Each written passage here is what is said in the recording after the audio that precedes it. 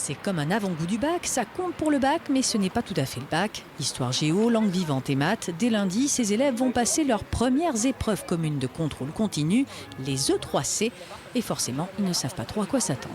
On ne sait pas comment ça va se passer, quoi. On verra bien.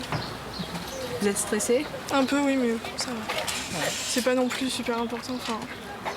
c'est pas le bac-bac, quoi. On a des matières où est-ce que les profs ils savent pas forcément ce qu'il faut faire, ils ont des formations tout le temps, donc on n'a jamais cours.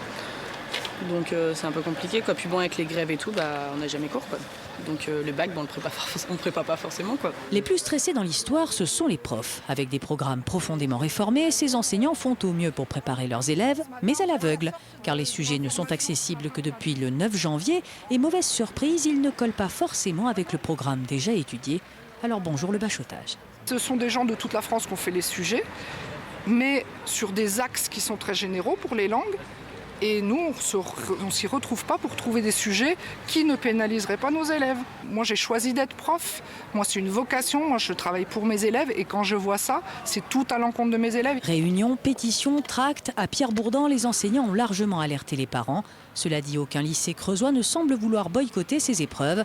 Reste à savoir quand même si elles seront un jour corrigées, car pour l'instant, les enseignants sont censés faire les corrections hors temps de travail, donc non payées.